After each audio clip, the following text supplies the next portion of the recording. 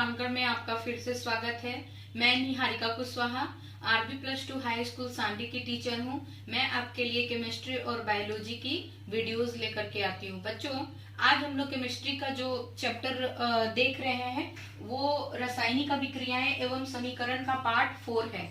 बच्चों, इसके पहले वाले वीडियो में भी मैंने बहुत सारे रासायनिक अभिक्रियाओं के प्रकारों के बारे में बताया है। तो अगर आपको इसके पहले के प्रकारों को जानना है तो आपको वो वीडियोस देखना होगा। आज इस वीडियो में जो हम लोग डिस्कस करेंगे वो है विस्थापन अभिक्रिया, द्विविस्थापन अभिक्रिया और दोनों के बीच के अंतर को आज हम लोग जानेंगे। तो बच्चों, विस्थापन अभिक्रिया को जानने के लिए सबसे पहले हम लोग इस अभिक्रिया का शुरुआत हम लोग सबसे पहले एक क्वेश्चन से करते हैं। बच्चों, इसका परिभाषा भी हम लोग बाद में देखेंगे। सबसे पहले हम लोग क्या करते हैं कि एक क्वेश्चन देखते हैं। ठीक है, ये क्रियाकलाप बच्चों आपके बुक में भी दिया हुआ है। तो क्या बोल रहा है कि नीले रंग का कॉपर सल्फेट का विलयन हरा क्यों हो जाता है जब उसमें लोहे की कील को डुबाया जाता है। तो यहाँ देखिए बच्चों, मैंने एक बीकर लिया है। तो ये जो ए बीकर है इसमें मैंने क्या तैयार किया है, कॉपर सल्फेट का विलयन को तैयार किया। नॉर्मल जल में घोल करके मैंने कॉपर सल्फेट का विलयन तैयार किया और ये विलयन देखने में कैसा है, तो नीला है। ठीक है, अब मैं क्या कर रही हूँ कि लोहे की कील को एक धागे से बांध करके जब मैं इसमें डुबोती हूँ तो मैं क्या देखती हूँ कि थोड़े देर छोड़ने के बाद, जब इसको इसमें डुबोया जाता है तो थोड़े देर छोड़ने के बाद मैं देखती हूँ कि ये जो बीकर है इसमें जो कॉपर सल्फेट का विलयन था अब ये किस रंग में परिवर्तित हो गया है, तो हरे रंग में परिवर्तित हो गया है बच्चों। तो ऐसा कैसे हो गया, और जब लोहे की कील को निकाला जाता है धागे से तो देखते हैं कि इसमें लाल रंग का कॉपर धातु आकर के क्या हो गया है, जमा हो गया है, एक साथ उसमें इकट्ठा हो गया है। कौन सा धातु, तो कॉपर धातु इसमें आकर के इकट्ठा हो गया। तो अभी ये जो हरा रंग का विलयन हम लोगों को प्राप्त हुआ ये एकदम श्योर है कि ये कॉपर सल्फेट का विलयन नहीं है, क्योंकि ये तो नीले रंग का है। और ये जो हरा रंग का हम लोग को विलयन तैयार हुआ है ये क्या है बच्चों, तो ये आयरन सल्फेट है।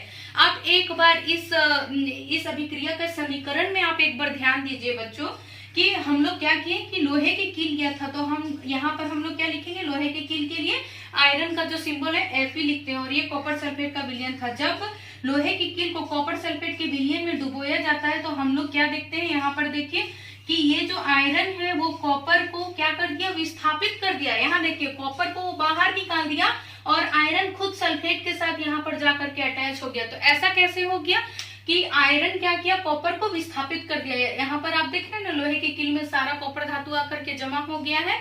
तो आयरन क्या किया, यानी कि जो लोहा था, लोहे का कील, वो कॉपर को सब विस्थापित करके और खुद सल्फेट के साथ क्या किया, एक विलयन को, हरे रंग का विलयन को वो तैयार किया। तो यहाँ पर हम लोग कह सकते हैं कि विस्थापन अभिक्रिया हुआ।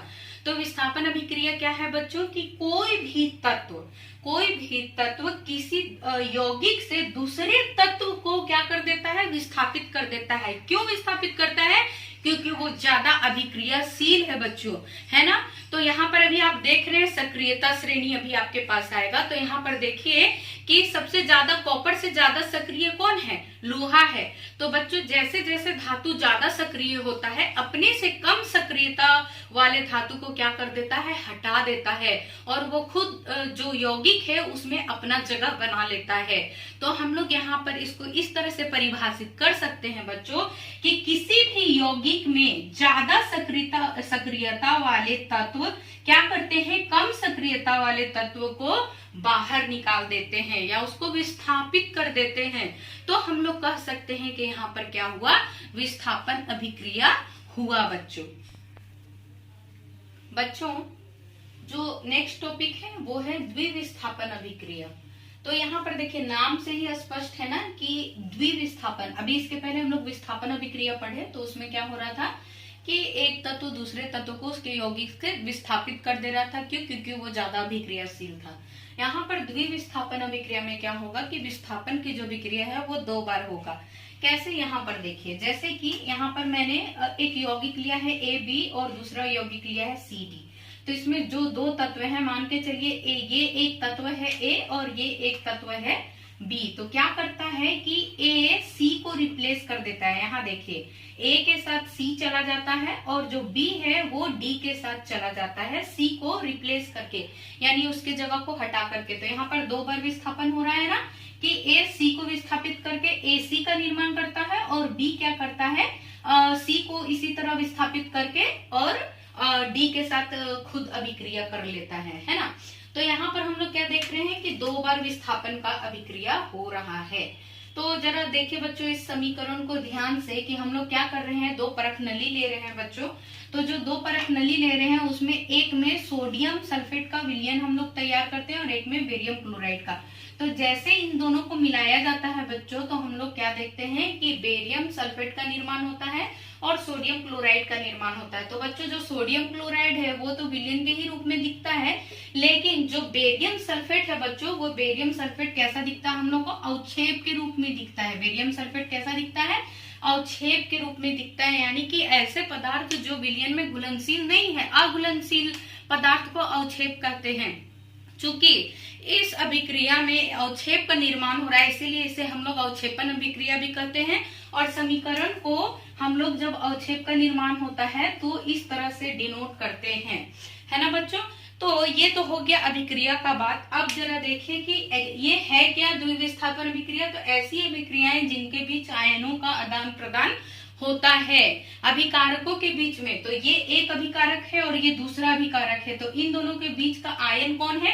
तो जरा देखिए बच्चों SO4 2 minus plus Ba2 plus, ये दोनों क्या है बच्चों, तो ये दोनों क्या है, आयंस है कि नहीं इस अभिकारक का। तो ये जो अभिकारक है उसका आयन SO4 2 माइनस है और ये जो अभिकारक है इसका क्या है, तो Ba2 प्लस इसका आयन है। तो ये क्या करता है, आयन क्या होता है, आदान प्रदान कर लेते हैं। जैसे कि SO4 क्या करता है, BaCl2 में से सोडियम को क्लोरीन के साथ डिस्प्लेस करके एक साथ एक यौगिक का निर्माण कर लेता है और जो सल्फेट है वो बेरियम के साथ जुड़ करके एक यौगिक का निर्माण कर लेता है, छेद के रूप में निर्माण कर लेता है। तो यहाँ पर देखें कि क्या हो रहा है, तो आयनों का आदान प्रदान हो रहा है। सोडियम सल्फेट में से सल्फेट क्या हो जा रहा है, बेरियम के साथ चला जा रहा है और सोडियम क्या हो रहा है, क्लोरीन के साथ चला जा रहा है। इस तरह से हम लोग देख सकते हैं कि ऐसी अभिक्रियाएं जिसमें जो आयन्स है, आयन का क्या हो रहा है, आदान प्रदान हो रहा है। तो इसमें क्या होता है बच्चों, बहुत सारी अभिक्रियाओं में अवक्षेप का भी निर्माण होता है, इसलिए इसको हम लोग क्या कहते हैं, अवक्षेपन अभिक्रिया भी कहते हैं। तो ये था बच्चों द्विविस्थापन अभिक्रिया। बच्चों अब आइए हम लोग विस्थापन और द्विविस्थापन अभिक्रिया के बीच में अंतर को समझते हैं। इसके पहले तो हम लोग परिभाषा और उदाहरण देख ही चुके हैं, तो ये जो अंतर है उसको एक बार देख लेते हैं। तो ये कौन सी अभिक्रियाएं होगी, जिसमें जो एक तत्व होगा जो ज्यादा अभिक्रियाशील होगा वो क्या करेगा, अपने से कम अभिक्रियाशील तत्व को उसके यौगिक से क्या करेगा, हटा देगा। जैसे कि यहाँ पर देखिए बच्चों, मैंने लिया है लेड और यहाँ पर कॉपर क्लोराइड का विलयन है ना। तो क्या हो रहा है कि लेड क्या कर रहा है, कॉपर से ज्यादा अभिक्रियाशील है, इसी के चलते यहाँ पर लेड क्या कर रहा है कि कॉपर को डिस्प्लेस यानी हटा दे रहा है और खुद Cl2 के साथ बॉन्डिंग कर ले रहा है ना। यहाँ पर आपने देखा, तो ये क्या कर रहा है, विस्थापित कर रहा है। अब यहाँ पर देखिए द्विविस्थापन अभिक्रियाएं वो वे अभिक्रियाएं हैं जिसमें आयनों का क्या हो रहा है, आदान प्रदान हो रहा है। बच्चों ये जो अभिक्रिया मैंने लिखा है HCl प्लस NaOH, तो ये क्या है, एक उदासीनीकरण अभिक्रिया है, ठीक है।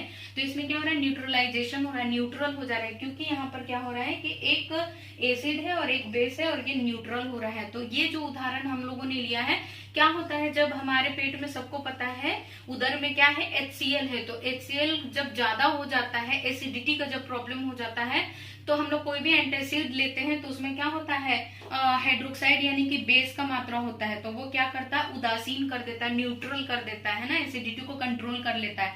तो वहां पर भी क्या होता है, देखिए ये H प्लस आयन है, ये Cl माइनस आयन है, ये Na प्लस आयन है और ये OH माइनस आयन है। तो यहाँ पर क्या हो रहा है, ये जो आयन है सब क्या करेंगे, अदला बदली करेंगे, क्योंकि यहाँ पर आयनों का क्या हो रहा है, आदान प्रदान। तो ये जो H प्लस है वो OH के साथ मिल करके H2O का निर्माण कर लेता है और जो Cl माइनस है वो सोडियम के साथ मिल करके सोडियम क्लोराइड का निर्माण कर लेता है। तो ये था बच्चों इन दोनों के बीच का अंतर और बच्चों नेक्स्ट वीडियो में हम लोग पढ़ेंगे उपचयन तथा अपचयन और उससे रिलेटेड वो क्या हमारे दैनिक जीवन में महत्व रखता है, विकृत गंधिता इत्यादि हम लोग जो अन्य बिंदु हैं उनके बारे में हम लोग डिस्कस